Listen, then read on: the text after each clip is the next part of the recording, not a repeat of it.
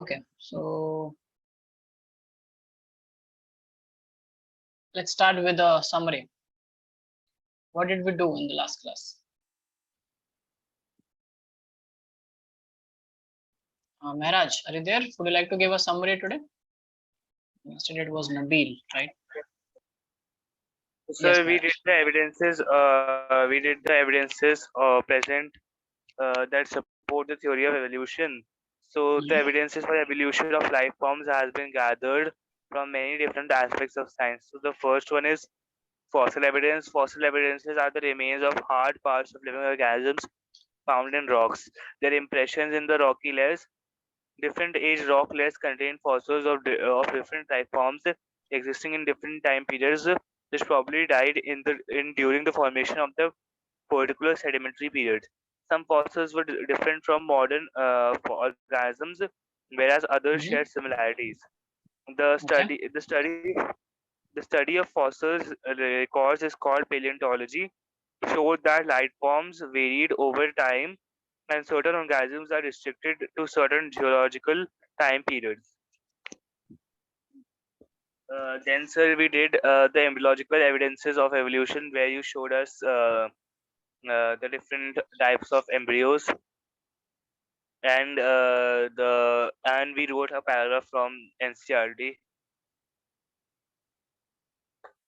So that's all. Okay. So you said that different types of embryo. Were there different types of embryo or embryos of different organisms? Different organisms. Yes, Yeah. sir. And what does the embryological evidence says? What does it suggest? It was proposed by Ernst Haeckel. What did it say? So, sir, basically, Ernst Haeckel said that based upon the observations of certain features during embryonic stage, common to all vertebrates that are absent in adults. For example, the embryos of vertebrates, including human, developed a row of vestigial gill-slits just behind the head, with its functional organ only in fish, not found in any other organisms and adult vertebrates. However, this proposal was disapproved on careful study performed by Carl Ernst von Baer. He noted that the embryos never pass through the adult stages of other animals. Comparative anatomy and morphological show similarities and differences among the organisms of today and those that existed years ago. And then, sir, you did the embryological structures of eight different organisms.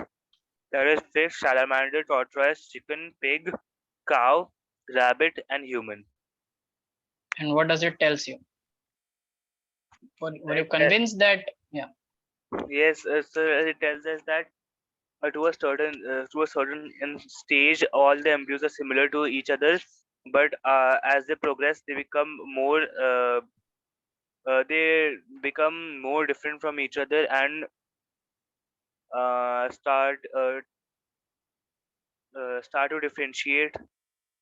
Yes. So as they grow, they start to become different. But when they start their journey as an embryo, they look quite similar, right? So this similarity in embryological beginning, like the starting of the embryo and embryo development, tells us about a common shared ancestry, right? Yes, sir. Also, and then we went on to discuss some structures that also suggest the same thing, shared ancestry in animals and plants. And these similarities are called morphological and anatomical similarities, right? So in plants also we have similarities, and in animal also we have similarities. So would you like to tell me about this, Miraj? What was the similarity that we studied in animals? Let's start with animals. They are called homologous organs. Yes, sir. Homologous and analogous organs, sir. Firstly, sir, homologous organs, uh, they are the We have same not part. done analogous till now. We have Okay, only done homologous. Yes, tell me. so they are the same parts, but the function is different. Uh, Basically, as you can see that uh, the man has an arm which is similar to the cheetah, which is similar to the cheetah's four hind legs. which are used for running, and which are similar to the whale's fins, uh, which are used for swimming, and bat's wings, which are used for flying. Okay. So what does this tell you? That we have evolved from the same We have evolved structure. from cheetah. No, sir. No, yes, that's one misconception that we, because if I would have showed a chimpanzee here, We the are arm would have similar. looked exactly same. Yeah. We are similar to a certain extent, as we can see that all of these animals are mammals. We are similar to a certain extent to our phylum, sir. Yeah, basically it tells us that at one point of time back in history of evolution, there was no whale, no bat, no cheetah, no man, right? There was something else, a common ancestor from which we diverged. And all these different functions came up from the same anatomical structure, right?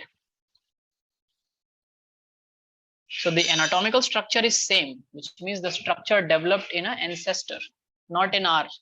See, because imagine if humans were like designed to be humans differently and whales were designed to be whales differently. Whales will never have the same anatomy that human has, right? If you have a different function, you can have different anatomy as well, right? Which is the case in insects. So insects have also have appendages, but do they have bones? They also have legs to run. We don't Yes, we have also have, bones.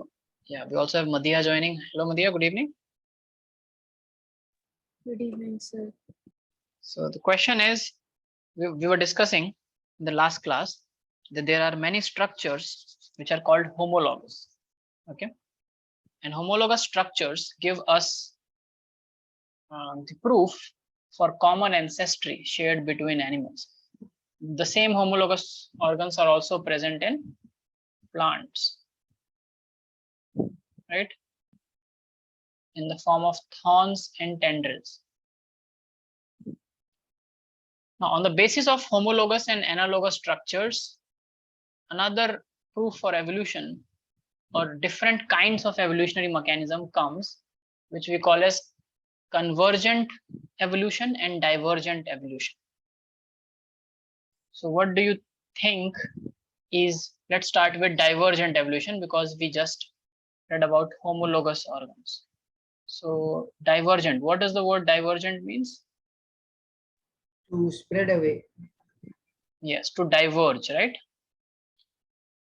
Can you see in a way, this is actually an example of divergent evolution? Yes, it is. Yes, how, Madhya? Because of the way the bones are spreading. Bones are not spreading. One It's not like, structure I mean, has been, like, uh, one structure has been evolved for different uses in different animals. exactly. So the bone structures, the anatomy remains similar, okay? But if you see from outside, if you see a bat's wing versus a whale's flipper versus a cheetah's forelimb and a human arm, you will not think that inside they are same, right? Especially about whale and human. If I say that the flipper of whale is actually same as a human hand, will you believe? Do you think people 400 years ago will believe if I say this statement? Because there was no X-ray. You just do an X-ray and look at the bones. So do you think they will they believe? wouldn't believe. Yes. But this is an example of divergent evolution where similar kind of organs diverged to give rise to different functions. Okay. So write down, divergent evolution is driven by, first point, divergent evolution is Sir, driven did we by, do the yeah, definition of homologous organ yesterday? No, Homologous organs, sir. no. I'll be telling you in divergent evolution today. Just wait, okay? Yeah. Divergent evolution is driven by homologous organs, are driven through Yes, sir. homologous organs. And now let's define homologous organs.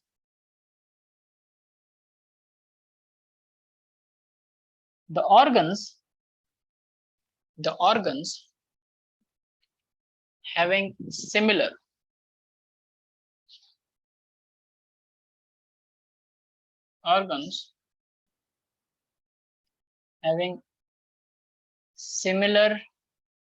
anatomical structure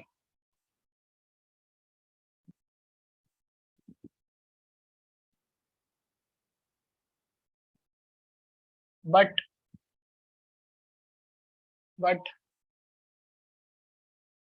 are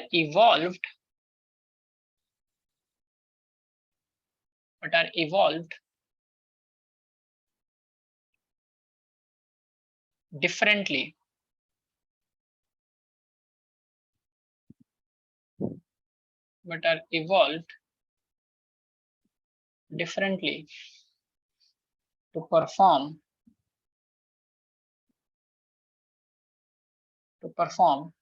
different functions.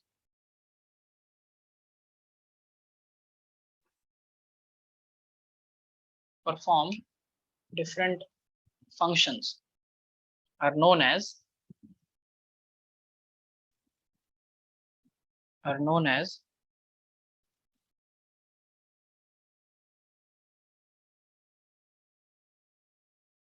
homologous organs. Okay. I think Mehraj just popped out due to some network issues.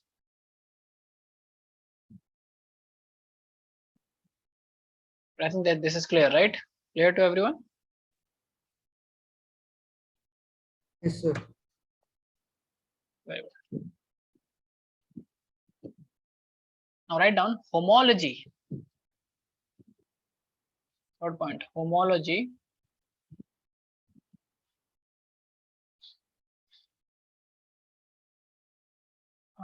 Mehraj is back. Do you understand, Mehraj, homologous organs? Sir, these are the only 2 points, right? To write. Yes.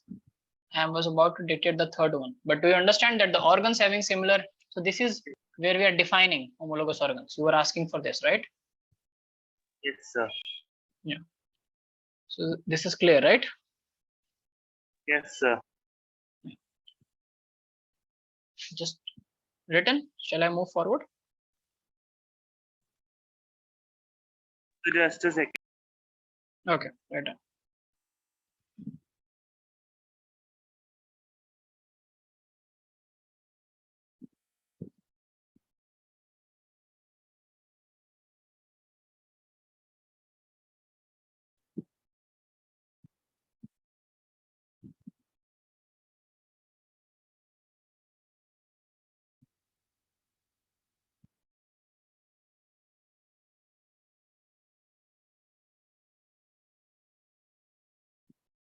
So done.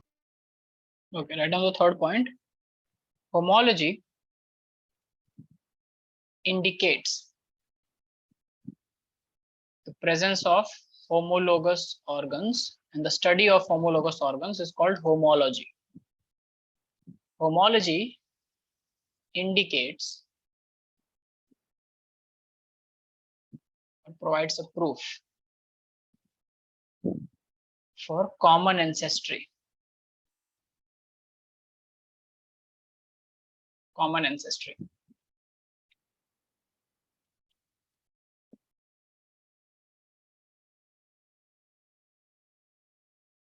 Okay. So in divergent evolution, what are we basically saying? So write down the last point. So divergent evolution tells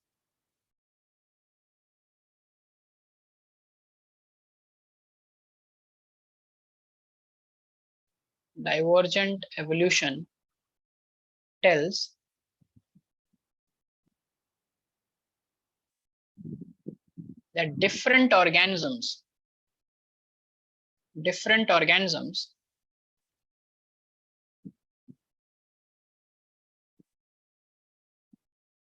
having same anatomical structures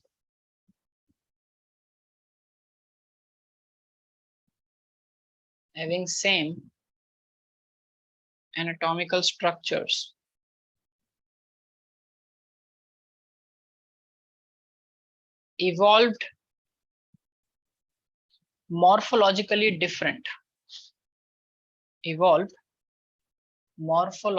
different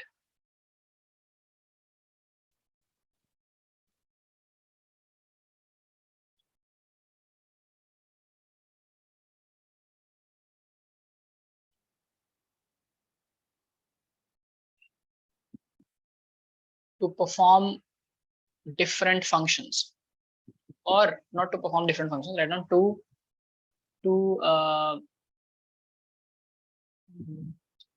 adapt in different environments,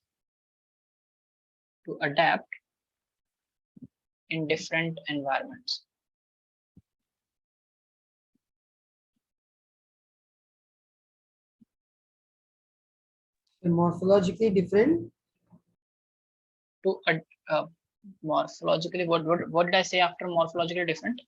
Morphologically different to adapt in different environments. Yes, to adapt in different environments. This is divergent evolution. And you can give examples as forelimbs invertebrates, also the heart and the brain invertebrates, forelimb, heart, and the brains invertebrates.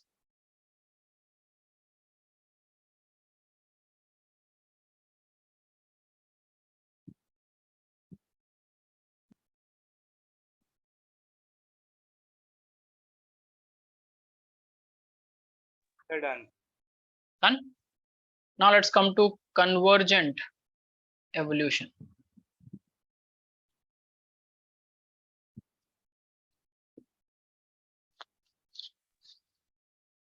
It's exactly the opposite. Can anyone tell me what happens in convergent evolution? How is that driven? From the same ancestor, they diverge into different organisms. For example, sir, the No, that is Australian- divergent evolution, no? In convergent evolution, their anatomical structures, they're not same, but they perform similar functions. Okay, so Mehraj, coming back to you, do you think that there is a common ancestry depicted by convergent evolution? Yes, sir. How?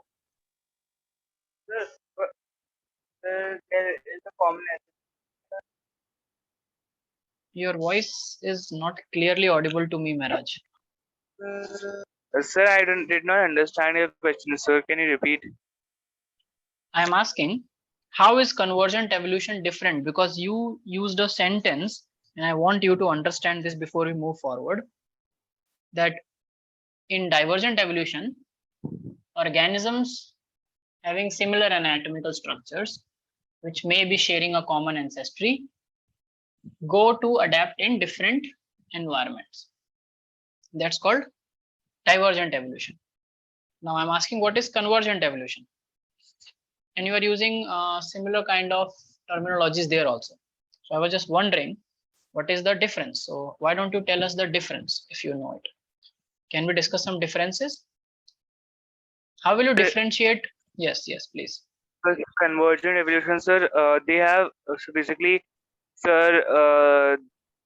Like in divergent evolution, sir, they had the similar similar organs, but the functions were different. So, Mhm. sir, I think in convergent evolution, it will be they have different different organs, but functions will be similar. Or Yes, different organs, but their function will be similar. That's correct. That's what Badiha also said, right? So what do you think? What does convergent evolution talks about? So convergent evolution depends on analogous organs. You used a word called analogous organ, right? yes, sir. Yeah. So let's write down the first point. Convergent evolution is driven through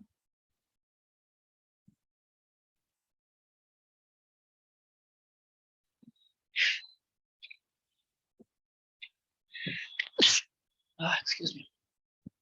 Convergent evolution is driven through analogous organs.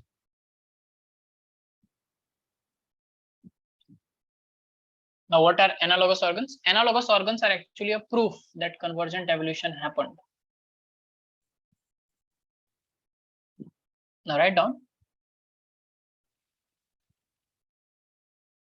Analogous organs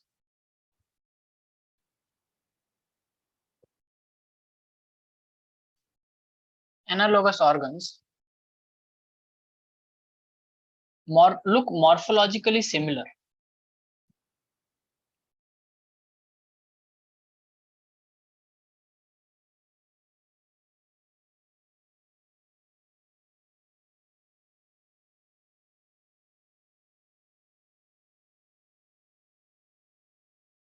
Look morphologically similar and also perform similar functions.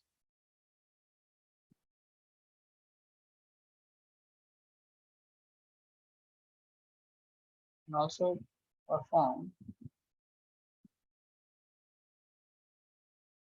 similar functions. But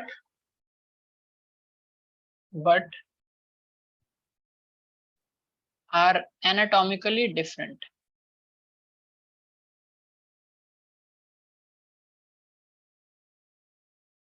In structure.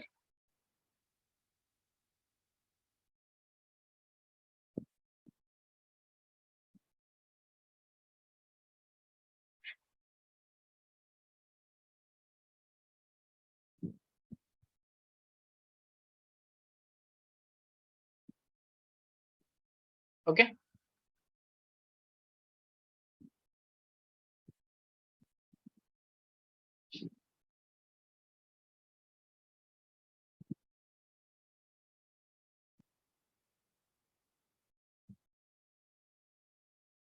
Is it clear, everyone? Now, can you give an example?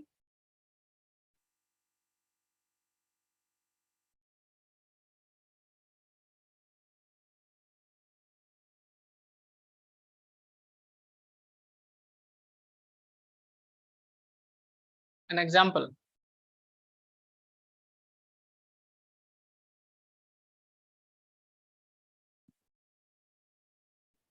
Anyone? No example for analogous organs? Wings of bat and wings of birds. Okay, so for example, wings of bat versus birds. What is the difference? Sir, basically, sir, the bat wings are the fingers, and they have leather. They have skin flaps in between, and the bird wings are actually feathers, and they are the whole limb. Yeah, here also it's the whole limb. But the most example is that birds, their wings, you see anatomically, they are different. They have hollow bones overall, and the wings are mostly feathery, right? There are feathers that makes up the wing. But in bat, it's the skin. You're right. So different anatomical structure, but morphologically they look like same. When they are both flying, it looks like both have wings, right? Also, you can write wings of a bat versus wings of a bird versus wings of a butterfly or an insect, right? What is the common function that all of the three achieves? Flight, correct? The flippers of penguins and dolphins. Flippers, yes. This is one example. I can also say flippers of whales, right? Flippers of The penguins and dolphins. okay, what are penguins? They are birds. Yes, right. And what are dolphins? They are fishes. Are dolphins fish? No, they're mammals. Are dolphins mammals?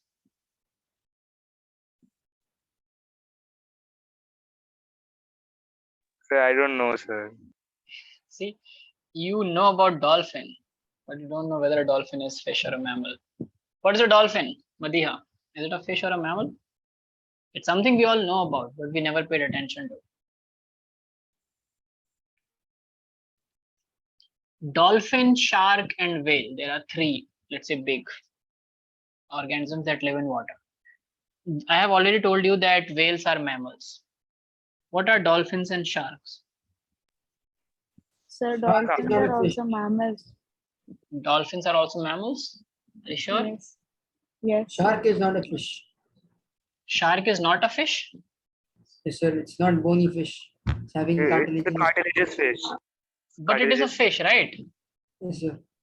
Fish can be of two types, bony and cartilaginous. Mostly freshwater fish are bony fish. Okay. But sharks are fish and dolphins are mammals. But if you look at both of them, they look quite similar, right? Like Yes, the sir. body and the Yes, way sir, they but move in the water. dolphins, they give birth to young ones. They're mammals. Yes, right. Whales also give birth to young ones. The dolphins hold their breath, sir. They can't breathe underwater. And why is that? Sir, because they don't have gills. Exactly. So do whales. Whales also don't have gills. Have you seen at the hump of the whale, there is a nostril through which they make fountain of water every now and then. You know what are they basically doing? They are breathing. So they breathe in air, they go underwater. They have such big lungs that they can breathe enough air to stay underwater for about an hour or even more. But every now and then they have to come to the surface, blow the air out, like we breathe in and breathe out. So they breathe out and some water which is above their, so they have their nostrils on the top of the head, not in front around the mouth, at the top of the head. Okay. And they blow air, breathe out, then again breathe in and go back in the water. Similarly, dolphins also, they breathe in and they hold the breath. Yes, Mehraj. So they jump around. Dolphins, sir. So while they are jumping, they can also breathe in, right?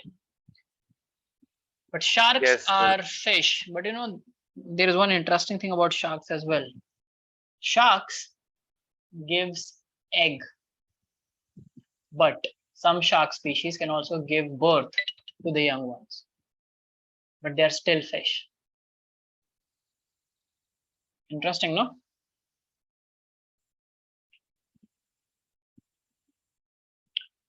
Okay. Other examples are, you know, eyes of octopus or humans, or also eyes of insects. Basically, these three all are different structures, different anatomical structures, but they serve the same purpose: to perceive light, right? To see things around. Yes. So you can write in convergent evolution also. You can write eyes of octopus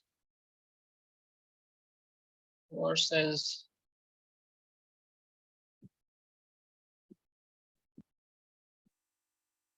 humans versus insects. Same function, similar kind of function, but very different structures. I would also like one example from plant. These are all animal examples. Any example from plant kingdom? Tendrils and thorns.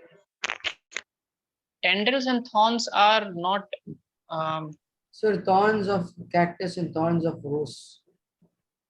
thorns of Yes. cactus and thorns of Rose. rose. Rose. Yeah. See, yes, Miraj, tendrils and thorns are homologous. They have different function but same structure, right? But thorns of cactus and thorns of rose, what is the difference there, Nabil? Sir, thorns of cactus are evolved leaves. And Evolved what? like, Leaves. like modified leaves. Okay. And in the case of rose, it's another additional appendage. Instead of tendrils, they have thorns. Okay. It's another additional appendage. Okay, taken. How many of you know about potato and sweet potato? Do you know what is a potato and what is a sweet potato?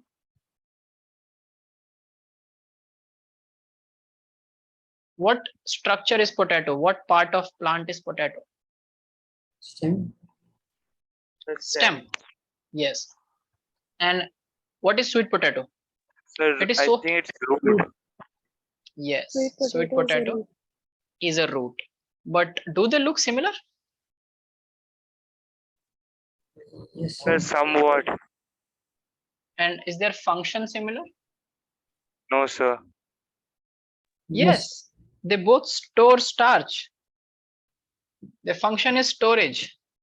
A root, which is sweet potato, and a stem, which is potato, actually is doing the same, serving the same purpose in a plant, which is storage.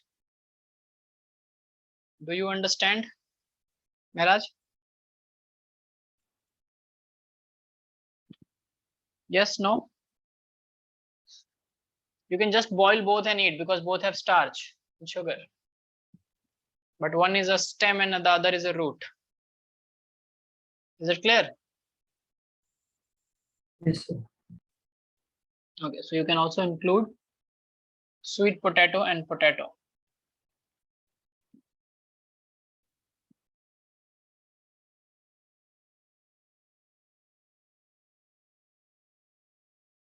Okay. This is convert and write down the last point. So analogous organs are a result of convergent evolution. Write down in convergent evolution. In convergent evolution,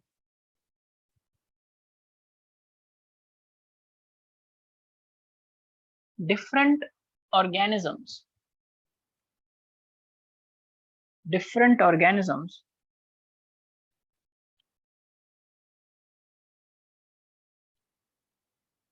living in similar habitat, different organism living in similar habitat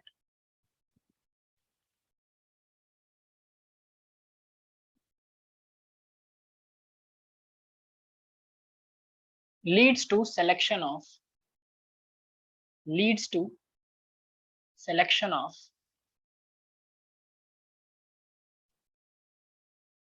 similar adaptive features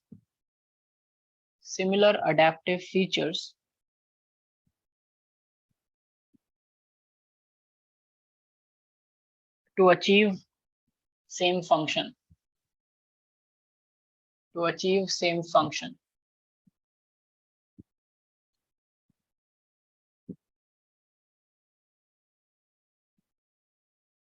Okay.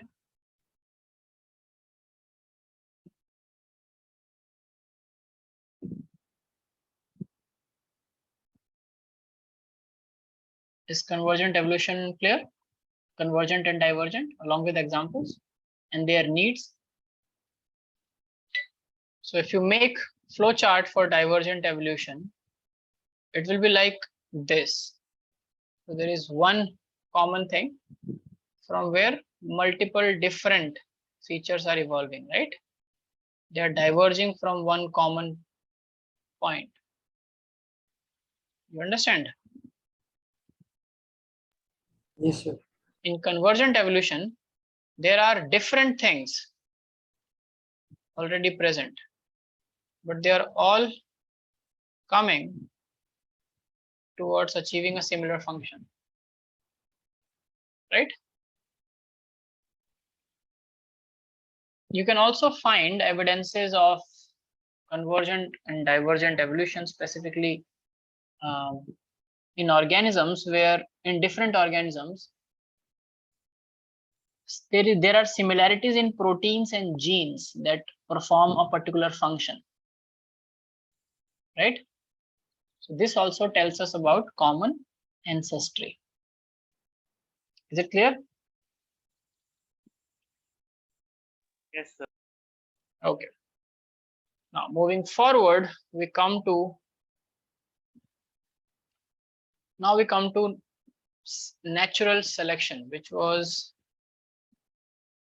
another important thing. So there is something called artificial selection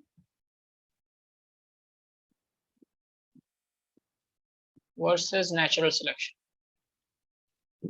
So we'll come to natural selection later. Let's first talk about artificial selection, because this is easy to understand. Natural selection is a proof for the theory of evolution.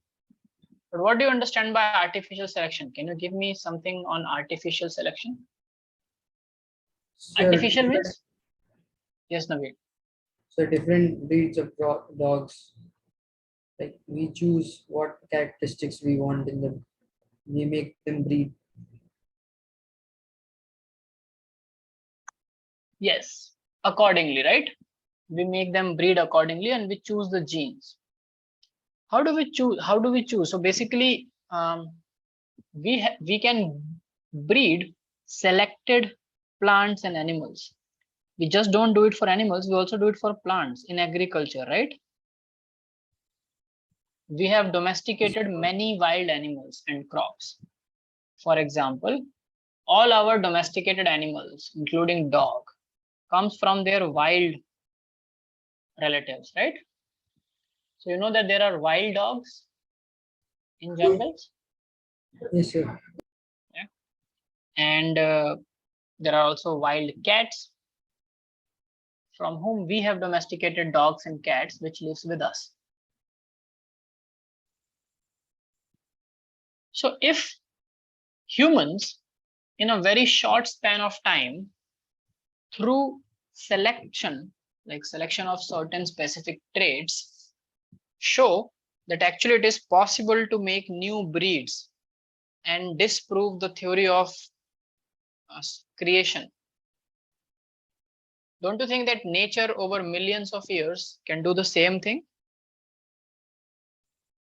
Now, the selection pressure in both the cases will be different. Like in our case, we want to select specific breed and or traits with respect to our benefit, like the benefit of humans. But in nature, the selection pressure is for survival, right? Yes, sir.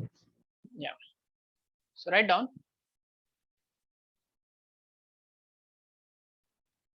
Artificial selection is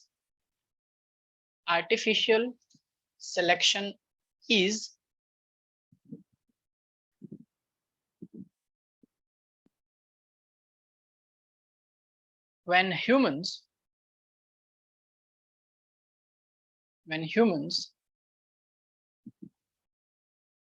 breed selected plants and animals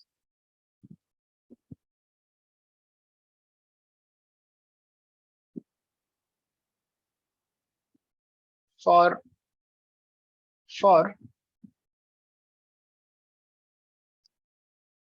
agriculture. We only select high yielding varieties, right, of rice, wheat, etc. Yes or no? because the benefit is we will get more wheat and more rice produced from the same amount of crop grown.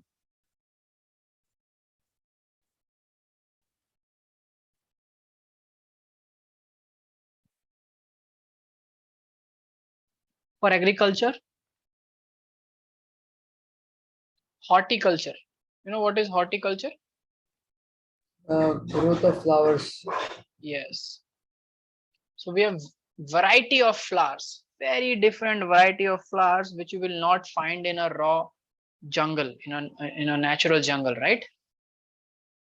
Some are just results of breeding that humans have done. Or for animal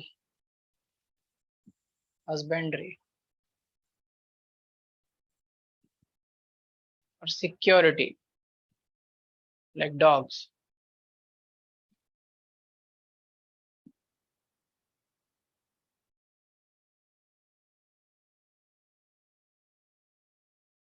Write down. As a result of artificial selection,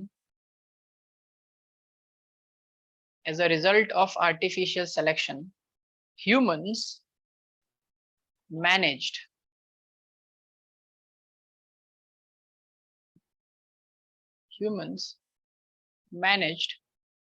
to domesticate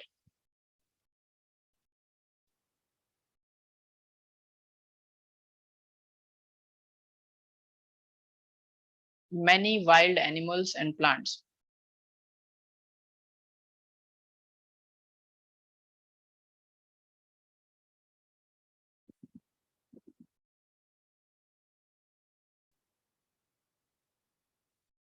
Many wild animals and plants.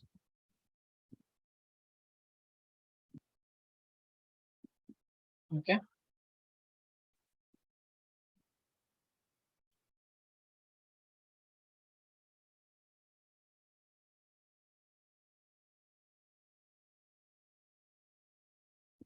This intensive breeding, last point,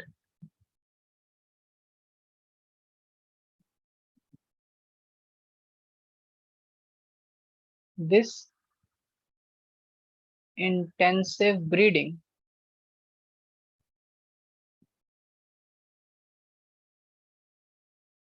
has created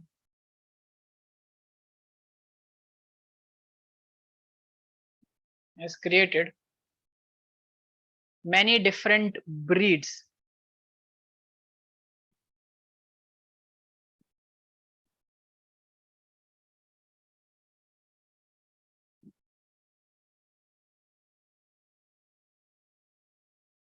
right? And in the future, we are going to create more breeds.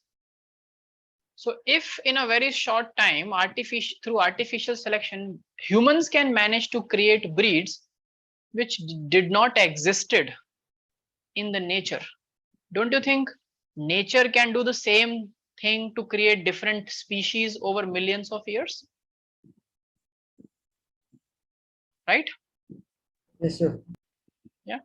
So here we come to natural selection. Now let's see what nature is doing. So natural selection is another proof that supports evolution. Okay. And an interesting, in a short span of time, an interesting observation came from like one scientist who actually, about industrial revolution?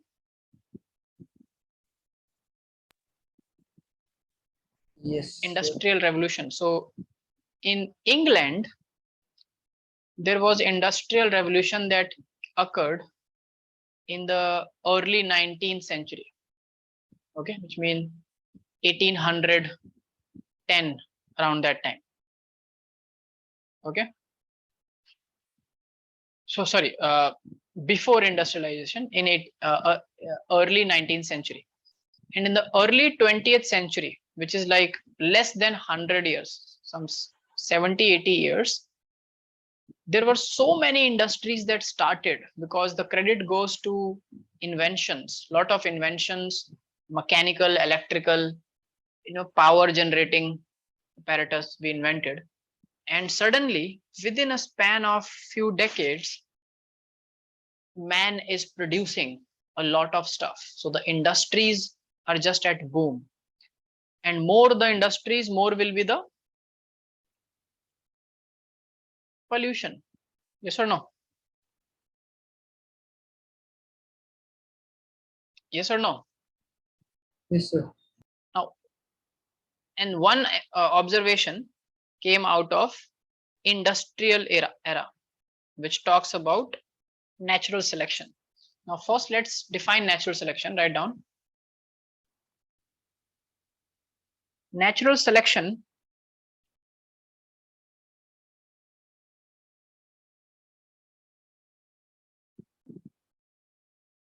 is the process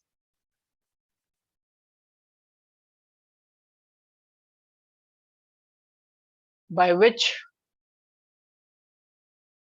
organisms, natural selection is the process by which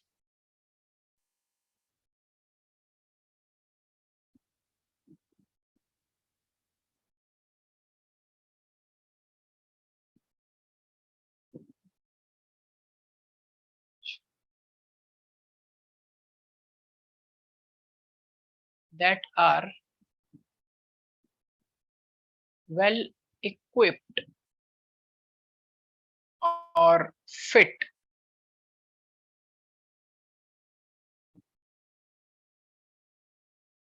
to survive in a particular environment.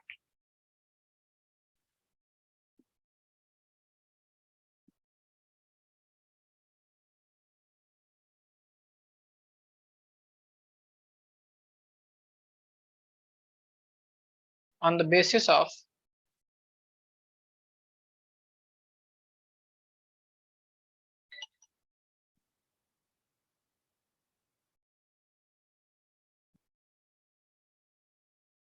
certain anatomical or morphological features.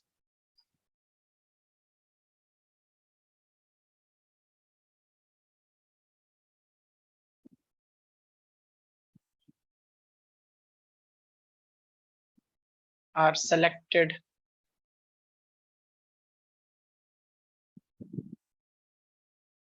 by nature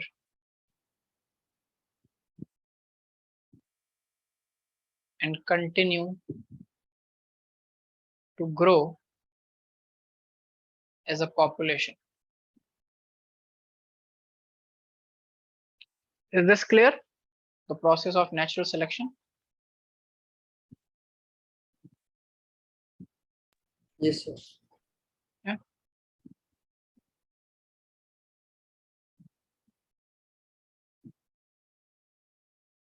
Now write down about this observation. So the observation is called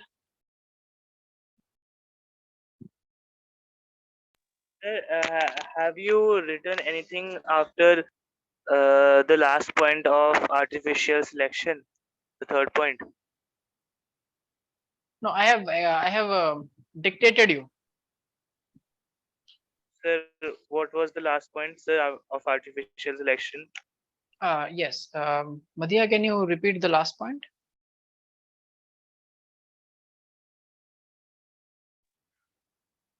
I think for artificial, Madhya, you are not audible. For artificial selection, this was the last point. I just discussed after that if humans can do it in a small span of time, if we can manage to create breeds, different breeds, by selecting artificially certain characters, nature can do the same in millions of years, right? Yes, sir. Yes, this is what I said. Okay. Okay, and then we went on to discuss natural selection. So we have defined natural selection. Now let's talk about the experiment, not the experiment, but the observation. Okay. Yes, sir. So this is called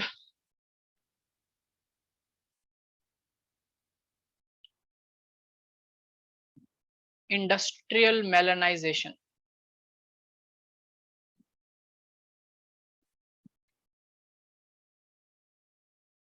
Write down industrial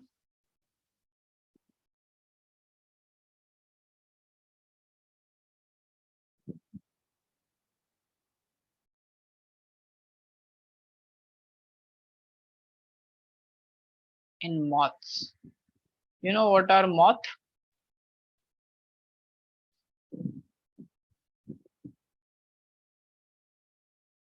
So it's like insect, big wings. It's a male butterfly.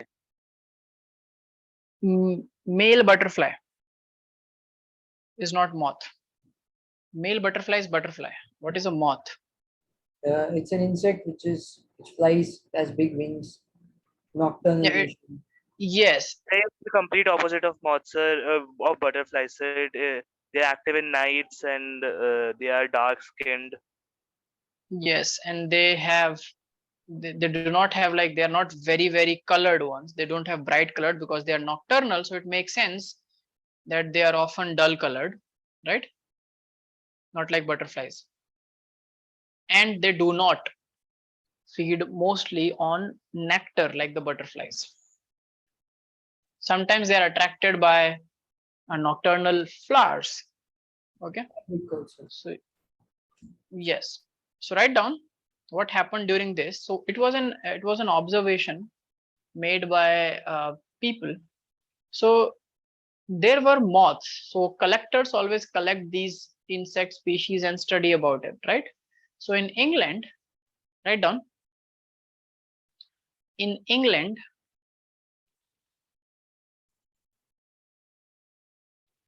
the collection of moths in England, the collection of moths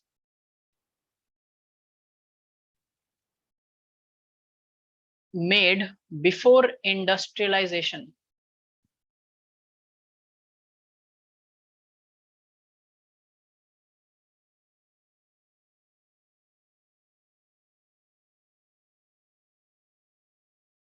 Collection of moths made before industrialization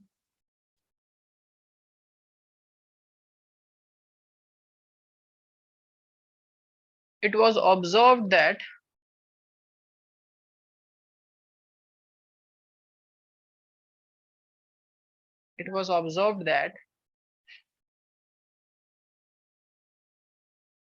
more white-winged, or you can say light colored wing,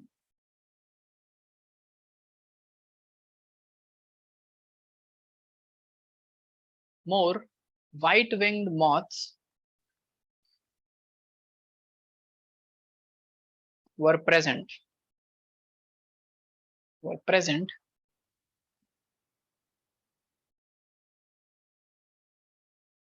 on the trees.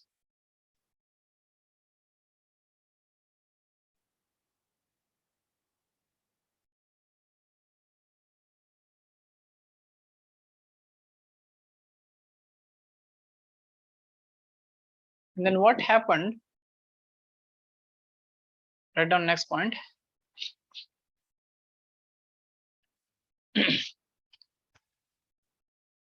Whereas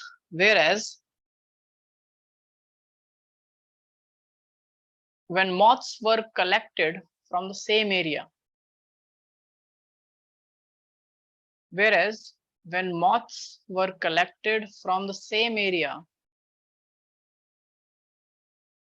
post industrialization. So here, before industrialization I'm talking about is in 1850s and 1860s.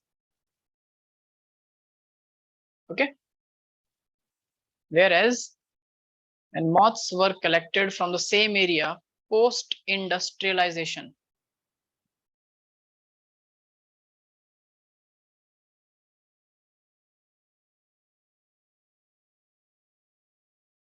which is around 1920s and 30s. Okay. Post-industrialization, there were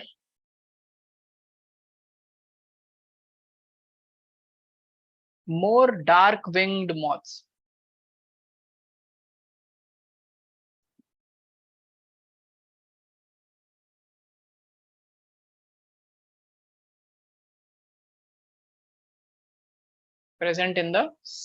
Present on trees in the same area, which basically tells us that interestingly, somehow the proportion of white and dark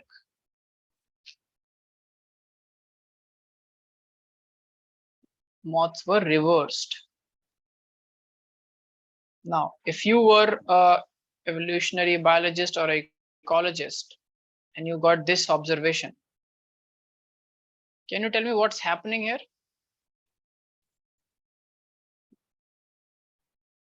More smoke and dust from the factories provided greater opportunity for the dark colored moths to be like camouflaged, whereas the white color moths were more Yeah, dust is not black, right? Is it black? So I think it's happening because of industrialization. So scientists directly related it to industrialization, and you are correct in saying, Nabil, that smoke. So where is this smoke? What is this smoke about? It is carbon being burned, right? Because earlier industries were working solely on coal and petroleum power, right? You were burning coal and petroleum. Yes, sir. Even today, the majority of the fuel is the fossil fuel only. And when it burns, what does it produce? It produces smoke and soot, which is again carbon based, right? So it is black in color or darker in color. So over time, the explanation that was given for this observation was that over time, the tree trunks are becoming darker because of soot and smoke deposition on the bark. So if you see trees in a city, in a polluted area, the trunk will be covered with soot and smoke. Like nowadays, from the residential areas, it's not allowed to have factories and big industries in the industrial areas. There is an industrial belt outside every city, right? You are not allowed to open an industry or a factory right in the center of a residential area. You know that? These are some city planning rules. Yeah. But earlier, when it was started, the trees of the nearby region got darker. Now I gave you a hint. So what happened? What happened if they got darker? Why did moths become dark? How is this a natural selection? Is my question. The white moths were easily spotted by prey, and they were killed. By prey? They were the prey. No, by the predator. By the predator. Sorry. Yes. By the predator.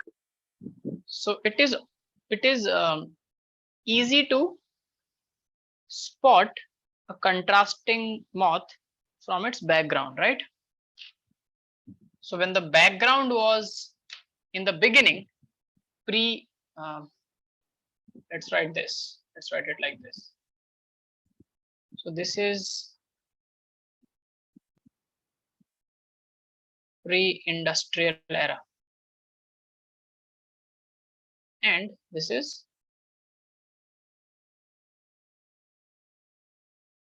post-industrial era. Now tell me, What's happening in pre-industrial era?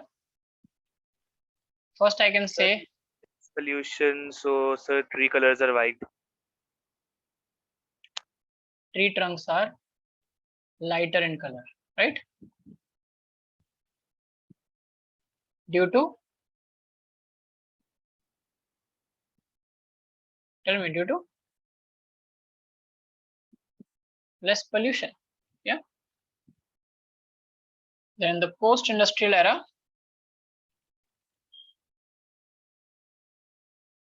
tree trunks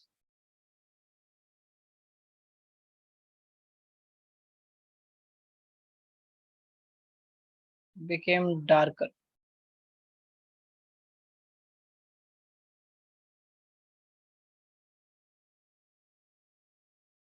due to smoke and soot. Okay. So what?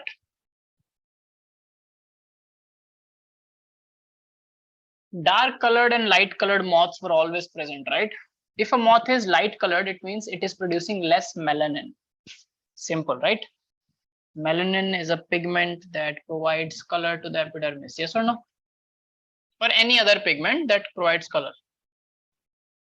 That's why the term melanization, melanized moths. So tell me, in pre-industrial era, which moths were easy to pick by the predators? Dark colored moths. Yes. Let's write down. In pre-industrial era, dark colored moths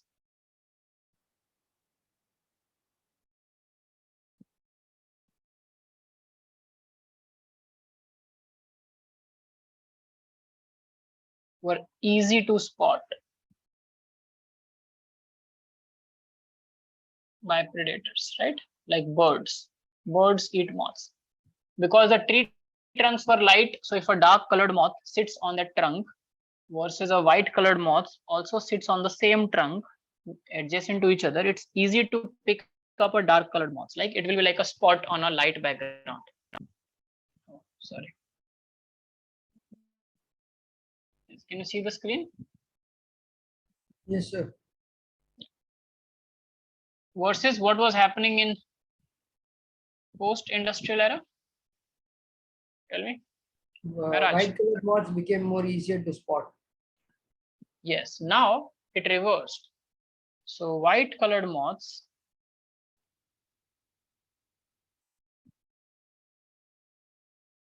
were easy to spot. And why is that? Because the tree trunks became darker. Yes. So pre-industrial era, which moth population will flourish and which one will decline? White will flourish, dark will decline. Yes, because white is naturally selected because it's more fit to adapt in the environment, correct? Yes or no? Yes, sir. But when the environment changed and it became dark colored, now the dark colored moths suddenly got an advantage. They could blend in with the environment, but now the white ones cannot blend. And now they are misfit. So over time, which population will start increasing and which will start declining? Dark will start increasing, white will start declining. Yes. So white colored moths, which were more, will now start declining because they will be predated more. And they will not be able to produce more progenies because birds will kill them before they can produce progenies and eat them. And the dark moths will now get more and more chances to produce offsprings. And as Darwin said, in nature, the one which can survive and produce more offsprings is more fit, right? So reproductive fitness is above all. Yes or no? Yes, sir. Okay, so write down one point.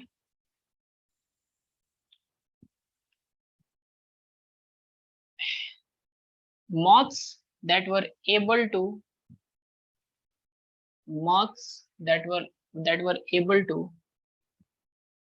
blend in with the background moths that were able to blend in with the background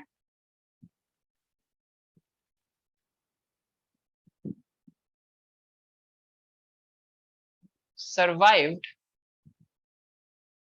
and produced offsprings. Survived and produced offsprings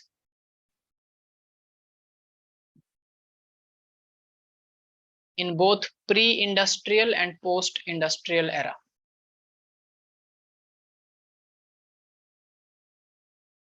In both pre-industrial and post-industrial era.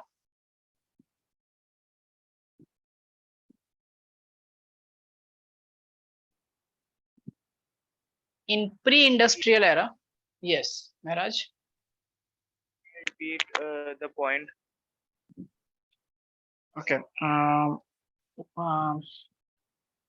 Moths that were able to blend in the environment, blend in the environment or blend in the with the background, survived and produced more offsprings.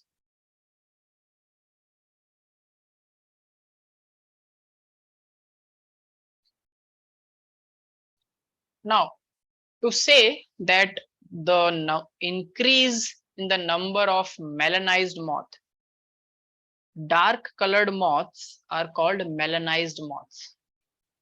So in pre-industrial era, there was an increase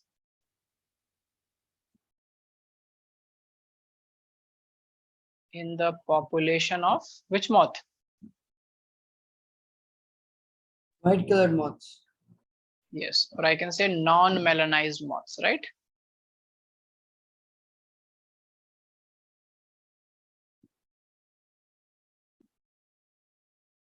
Does it make sense? Yes. Whereas in post-industrial era, there was an increase in the population of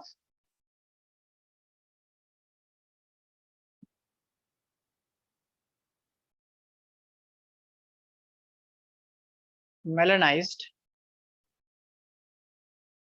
or dark colored moths.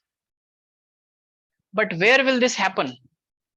If truly industrialization is the reason, then where will you see this shift in population due to natural selection?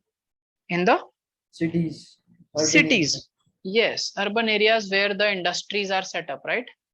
And to prove your point, what else can you do? If I can go back to a rural area at the same time in 1920s, so this is happening in, let's say, 1850s.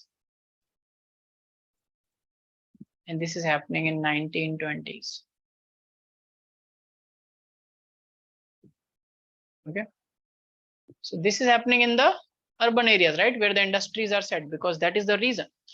So in 1920s, what will be the dynamic of these two populations in a rural area, in a village side where there is no industry? Opposite. It will be the same. It will be the same as 1850s of the city. Yes, sir. Because in rural areas, there is still no pollution. So the tree trunks will be lighter. And if you can prove that in 1920, there is two different types of moth populations flourishing in different regions.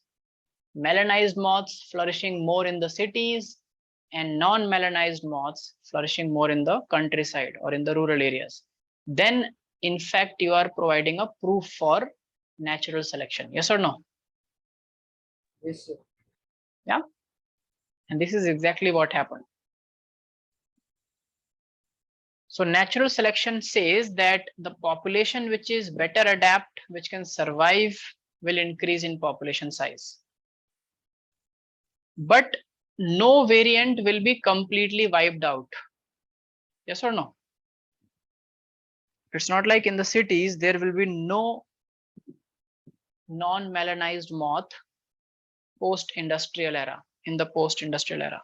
There will be, but it's always the ratio or the size of the population that matters. Yes or no? Yes, sir. Because just industrialization is not enough to extinct one population, one variant.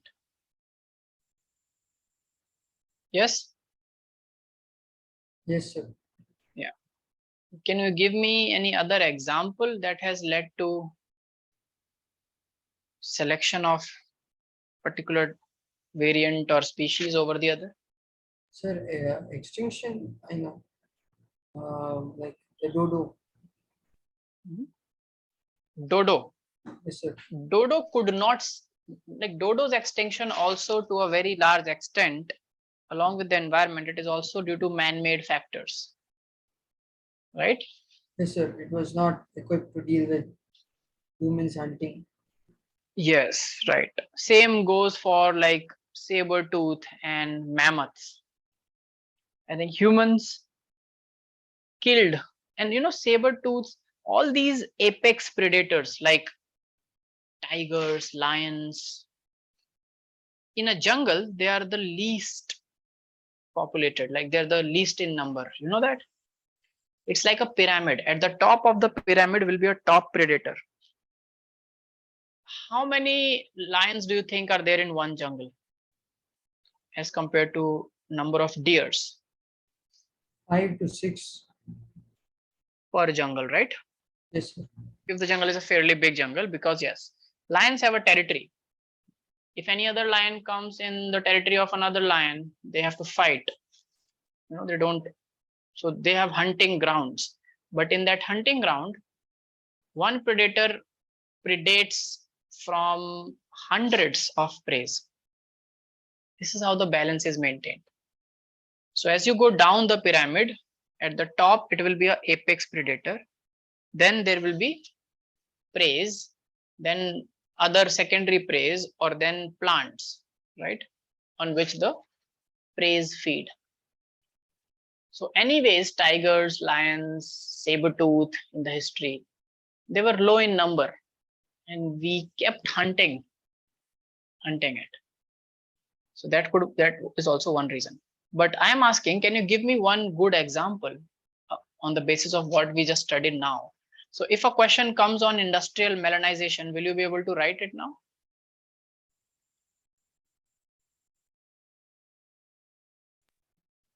Yes.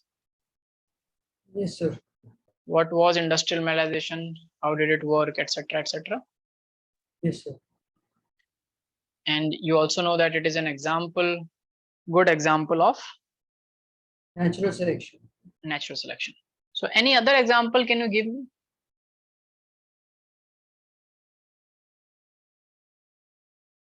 So this was natural. Can you tell me one example of evolution due to human interaction? Dodo, you said that is not an example of evolution, that is an example of extinction. So we made their life so difficult that they could not evolve so fast and they died, right? Yes, So sir. they got extinct. I'm asking about evolution, something that we did which made other organisms evolve. Sir, usage of pesticides. Exactly. Use of pesticides and also use of antibiotics, right? Yes.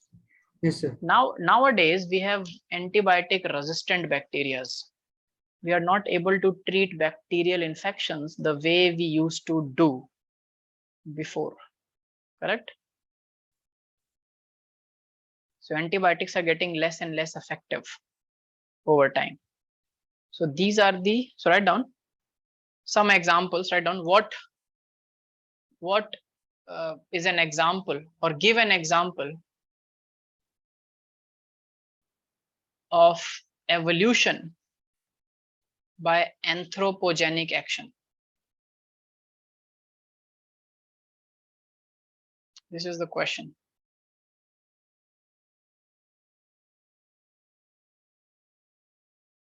Give examples. Evolution driven by anthropogenic. The word anthropogenic or anthropocentric means man-made. Okay.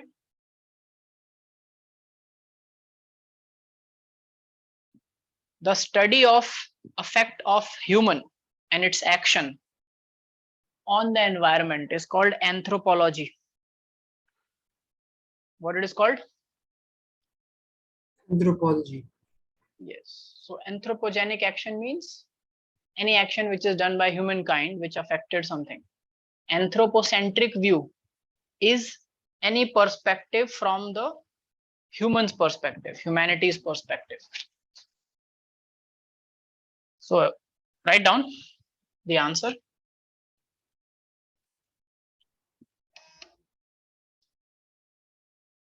Yes, Abia, do you have a question, Abia?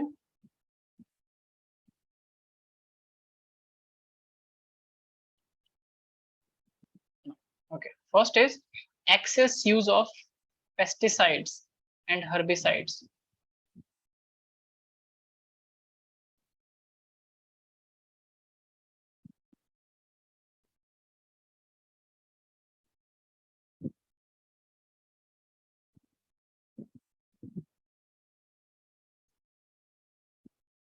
Has resulted in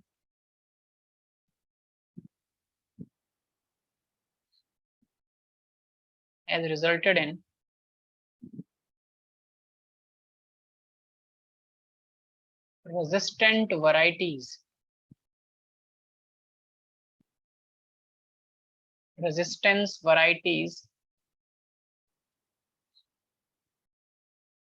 of insects and plants.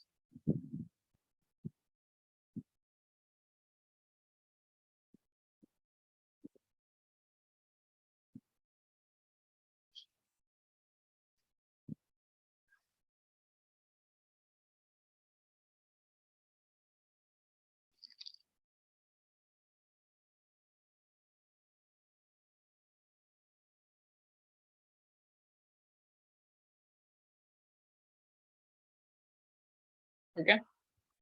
Second, overexposure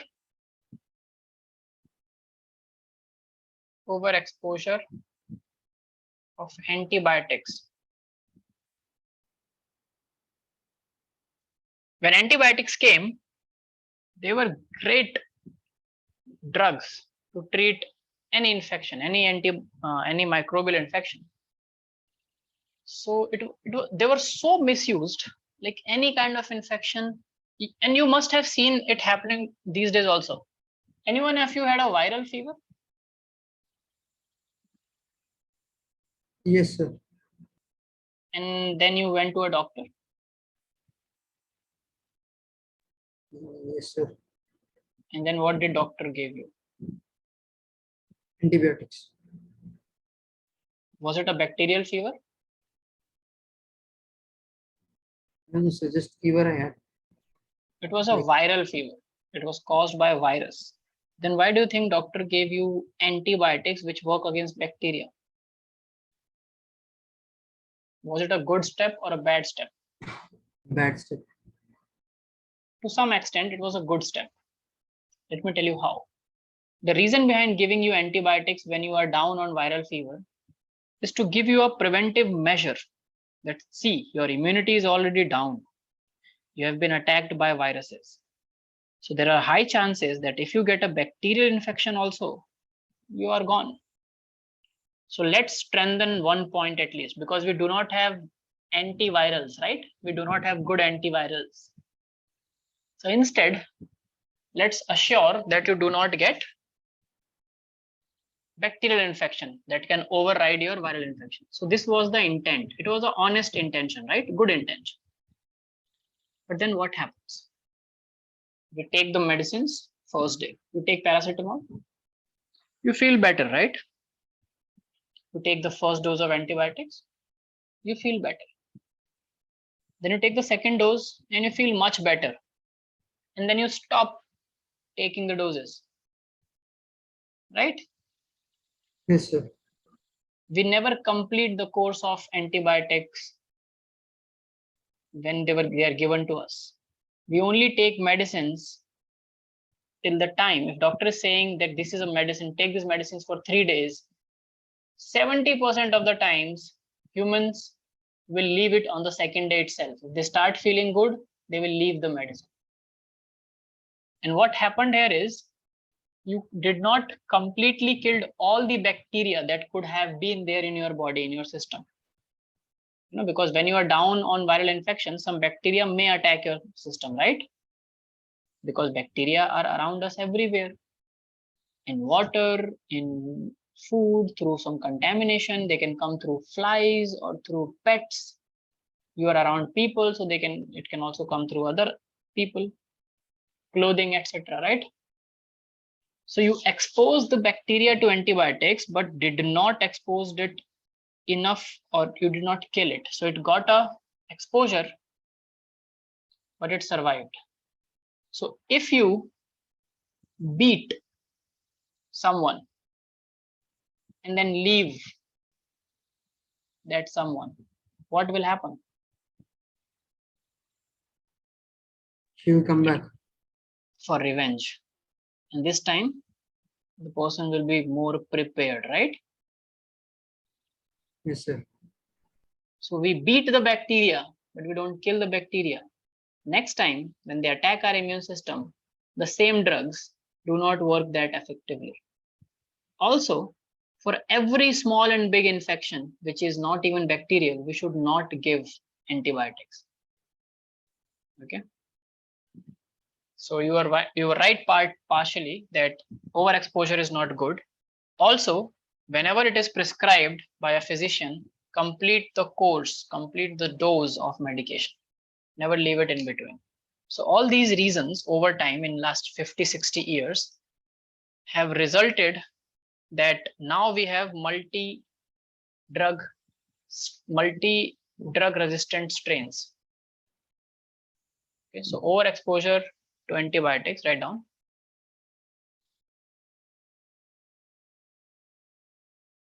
leads to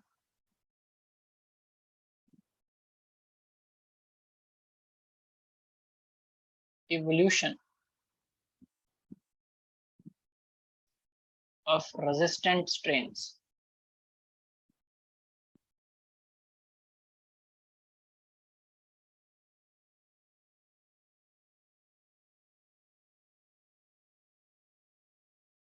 In a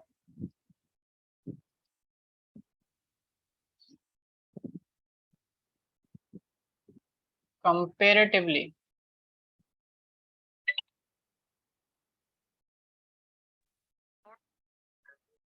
smaller time scale. So we are actually fueling their evolution. We are making them evolve faster than they actually should evolve, because we are putting the pressure artificially on them to evolve, which nature should have put slowly over time. So the evolution that should have happened in centuries is now happening in decades. You understand, everyone, what I'm talking about? Yes, sir. Yeah, very well.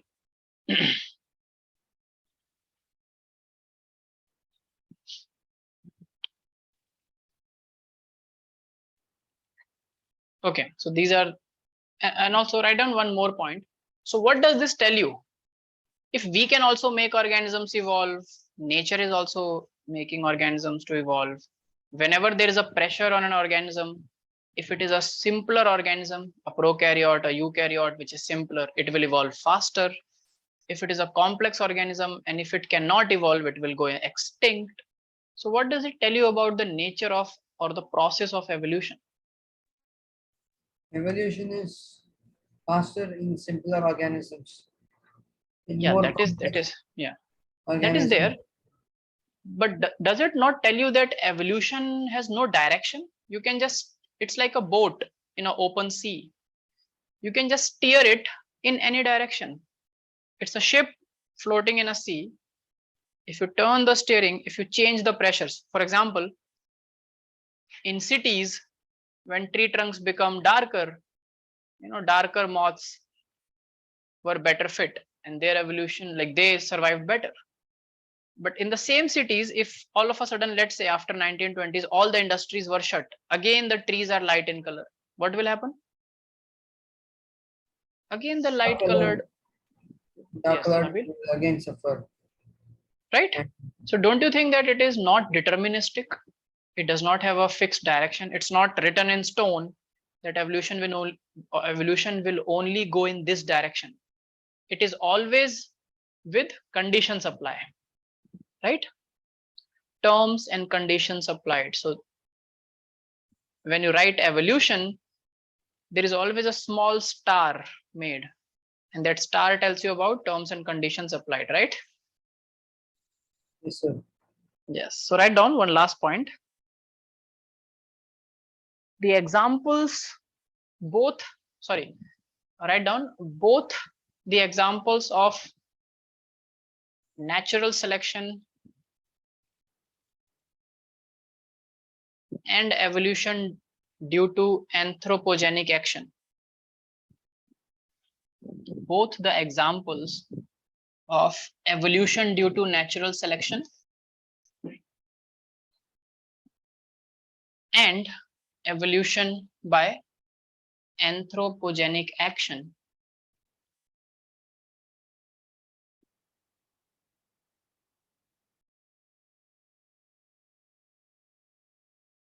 tells us that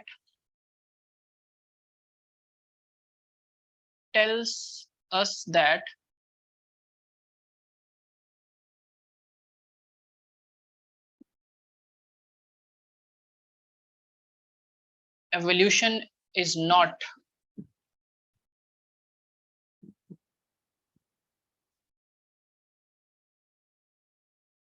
evolution is not a directed process and is not deterministic.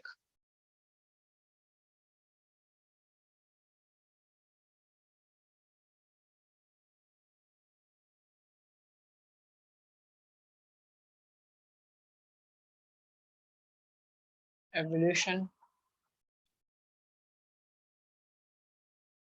is not a directed process and is not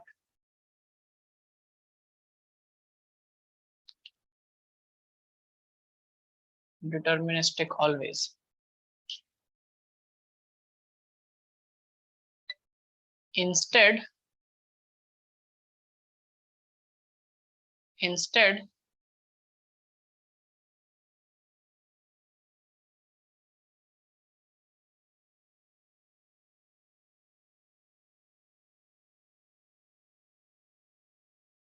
it is a stochastic process.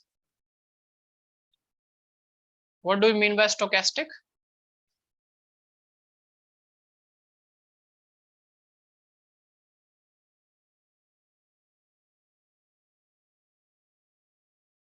Stochastic process. What is the meaning of stochastic?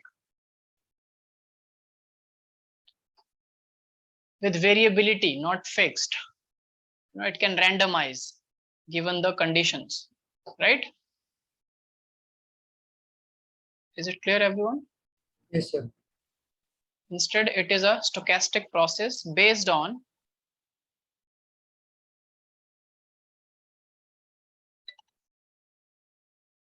chance events and mutations.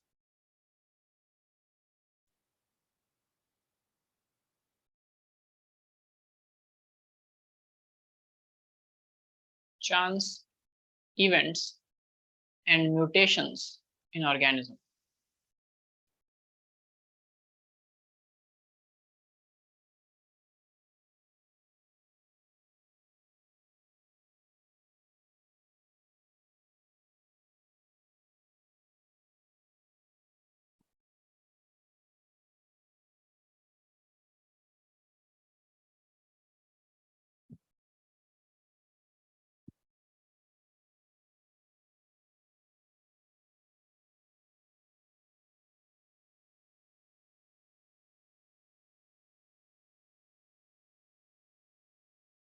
Okay, is this clear?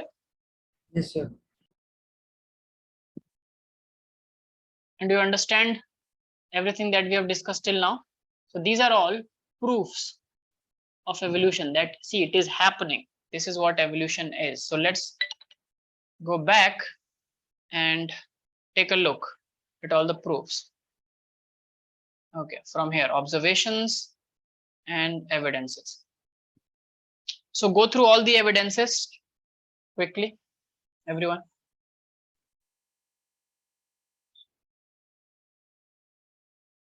Okay, Abia, can you speak up, Abia? What are you not clear with? Yes, I will explain it any number of time you want. What do you want me to explain, Abia? If you can speak, that will be great, so that I understand where are you stuck. So the evolution part, it is not direct versus that part. Okay. So this one, it is not a directed process, right?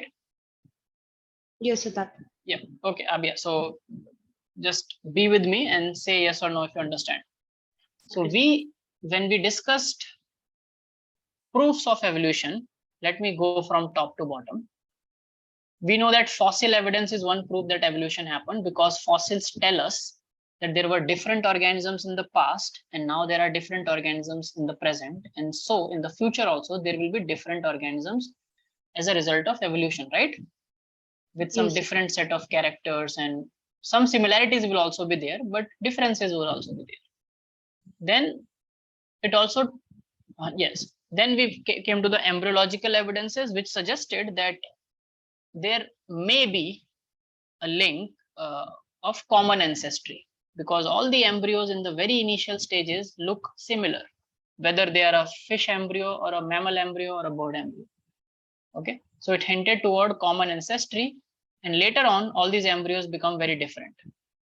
Okay, so from same blueprint we become very different. You understand that this is also a proof of evolution, right? Yes, Abia? yes, sir.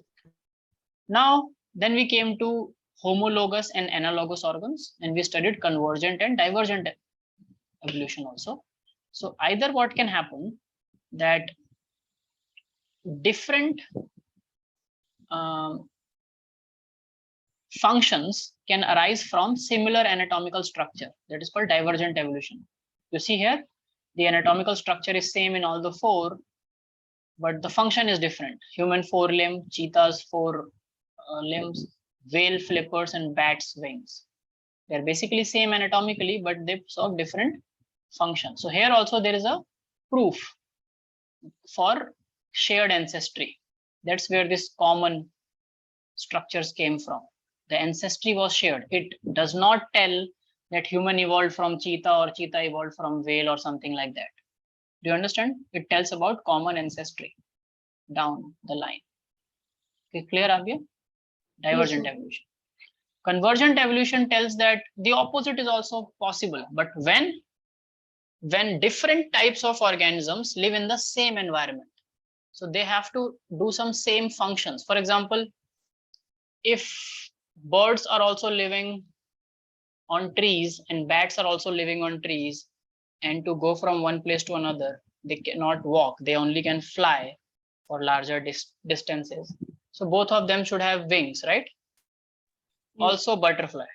So bats, birds, and butterfly, all of them will have some structures that will help them in flight, which are wings. But if you see the wing of a bat, it is very different from the wing of a bird anatomically, right? Yes, sir. So here, animals from very different anatomical structures are coming and forming similar kind of morphological organs to achieve a similar function. Opposite of divergent evolution is also true. Then we also studied that artificial selection and natural selection both can also lead to evolution. Humans have artificially selected many plants and animals and have managed to make many breeds. And if humans can do it in just few years, few decades, natural selection is working from millions of years. So it can also do it in millions of years. It can make all these species which are there. So another proof for evolution, right? Yes. Industrial melanization was a proof for natural selection, which showed that when the city got more polluted, tree trunks or the barks of the tree got darker and melanized moths got an advantage. So they survived, they were selected by the nature. Whereas light colored moths were more predated, were more eaten, and their number declined. If the opposite happens in the rural areas, the reversal in the population will also take place, right? So the proportion of white and dark moths were reversed depending on what environment they are facing, what challenges they are facing. So whoever is better fit will survive. All of this is clear? Yes, sir. Then in the end, we also discussed some anthropogenic actions that led to evolution. For example, increased use of excesses of pesticides and herbicides. Here, nature is not doing anything, right? Yes. We are producing herbicides, pesticides, antibiotics for our usage, but we are overexposing and organisms are becoming resistant. So all these proofs from beginning to the end, molecular proof, medicinal proof, industrial proof, natural selection, artificial selection, making new breeds, fossil records from the past, embryological records, analogous organs, homologous organs, coming from all different aspects and fields of science. All these results tell us that evolution is not a directed process. Like it is not like a rail which you have, it's not like a train which you have put on a rail and it will only go where the rail will go. You understand, Abhiya? Yes, sir. Evolution depends, it's not deterministic. You cannot look at an animal today, you cannot look at a horse and tell me that 3 million years after, from now onwards, in future, the horse will look like this, or it will have these features evolved. Can you tell me that? No, sir. It entirely depends on what conditions horse is going to face, the species of horse is going to face, right? If in two different parts of the world, two different species of the same, two different populations of the same horse species face two different climatic conditions, they will evolve differently. Yes or no? Yes, sir. This is what I meant by saying that evolution is not a directed process. It is not deterministic. It is stochastic, and it is based on chance events and mutations. Is the point clear to you, Abhiya? Yes, sir. It is. Okay, very well. It's clear to everyone? Yes, sir. Very good. So now we come, so write down, I'm giving you a homework here before I go to the next section. Write down, you have to read page number. I gave you to read till page number 130, right? Write down page No, number sir, till 133. 133. 33, sir. Oh, 133 I gave you, okay? Did you read till 133? Yes, sir. Okay, Yes, very sir. good. So let's go to the next section already. If you have read this, then I need to read it again. Next is what Darwin actually figured out, and it is called adaptive radiation. When an organism adapts,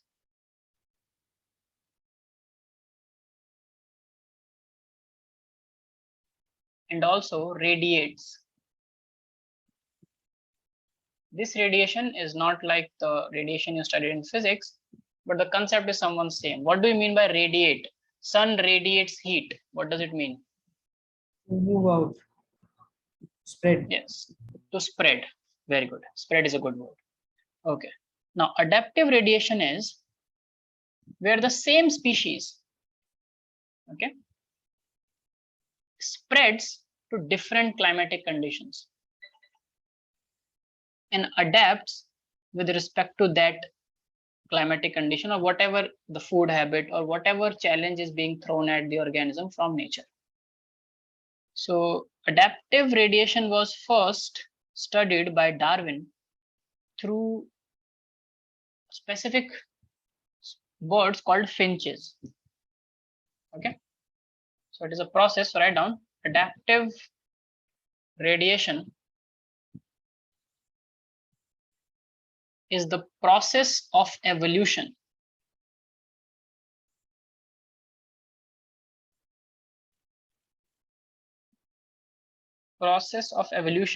or evolving of different species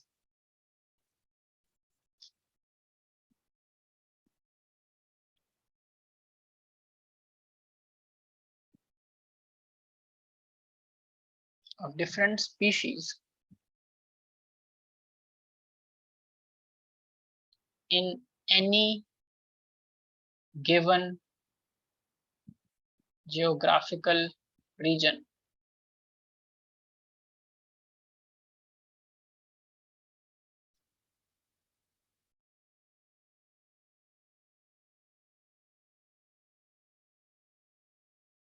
Process of evolution of different species in any given geographical region, which starts from a point.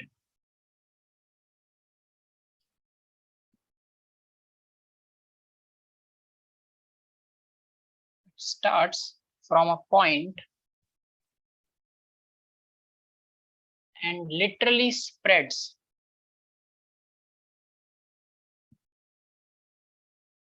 or radiates. That's why the word radiation.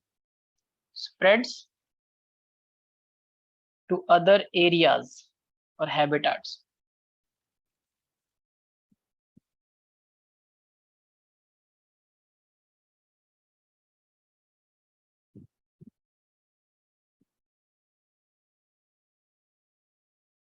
Okay.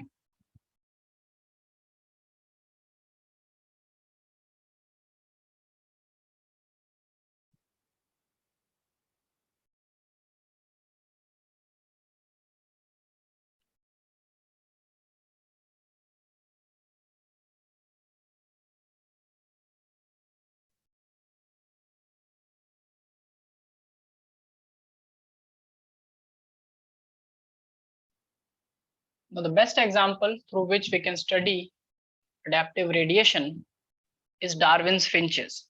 Anyone knows what are we talking about? What are finches? What happened? Yes, sir. Yeah. What happened, Nabil? What a single species of finches.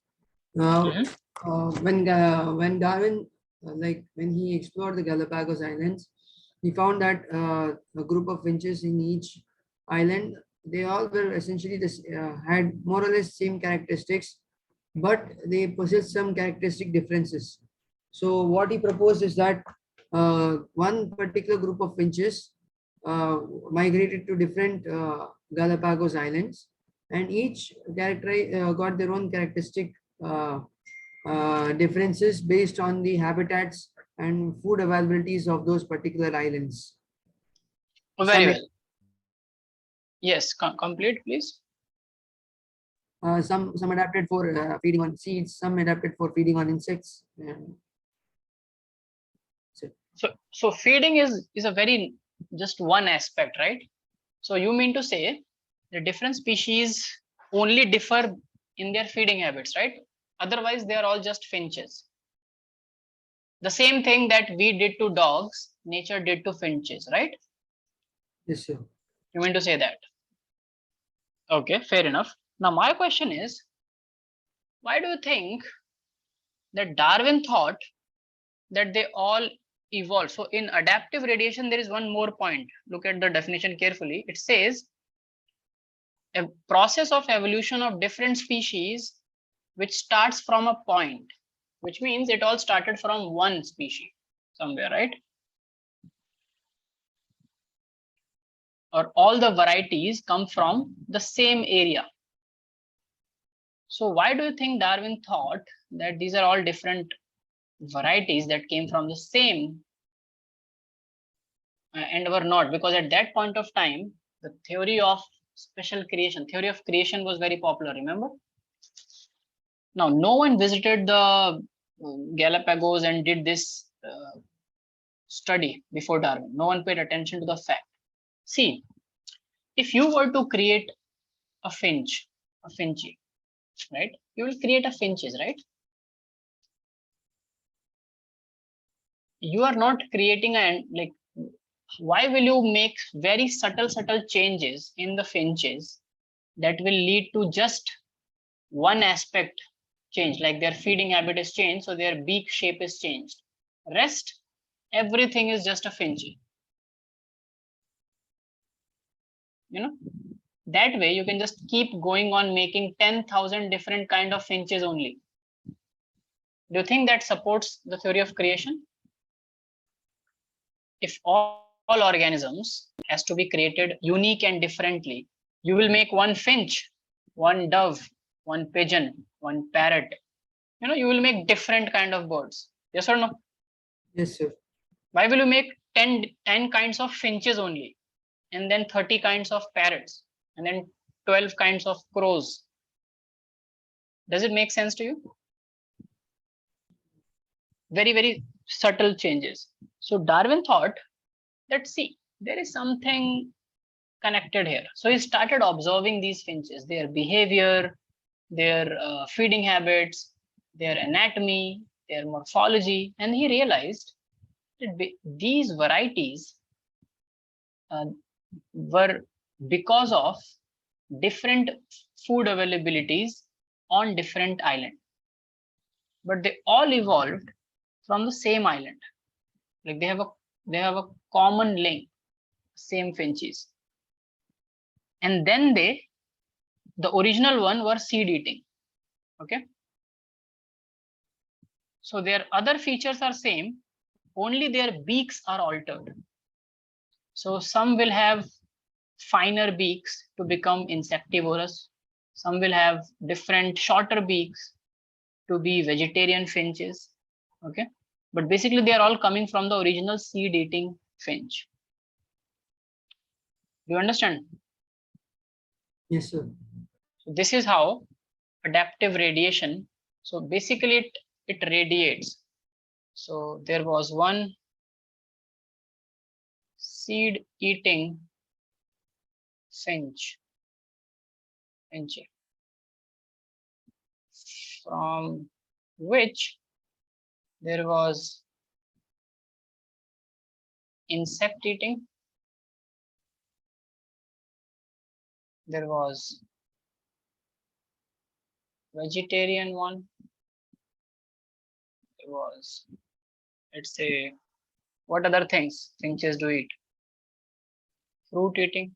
Worm. Yes, there were worm eating, etc. So can you see, from a common source they're all radiating out, right? Yes, sir. And it's not like from seed eating worm eating came, and from worm fruit, and from fruit vegetarian. No, they all have one common origin point on the island. Okay, another example is marsupial animals. You know what are marsupials? Yes, sir. What are they? They have pouches for carrying their young. Yes, they are called pouched mammals. They give birth to a premature baby, the baby is not fully developed. And what is the benefit of giving birth to a premature baby? The baby is small, and the animal does not have to go through a lot of pain or difficulty while childbirth, right? It's a small, premature, underdeveloped baby. You can just give birth to it. Rest of the nourishment or development can happen in the pouch, where you can keep it. And because they are mammals, they will have mammary glands. Their mammary glands are present inside that pouch. So it's like a external womb only. You understand? Yes, sir. Yeah. So there also marsupial radiation happened in Australia, but it stayed till Australia only most of the time. Very few radiated out because they could not fly, and Australian mainland is surrounded by ocean. That's why. Okay. So I'll dictate about Darwin finches and marsupial radiation in the next class. But what I want to do is, you have to read biological evolution and mechanism of evolution from NCERT. page number 134 and 135 for the next set of 2 classes, where we will finish this, and then we'll come to some principles, Hardy-Weinberg principle, and finally human evolution. We will do human evolution in the end. Okay, everyone.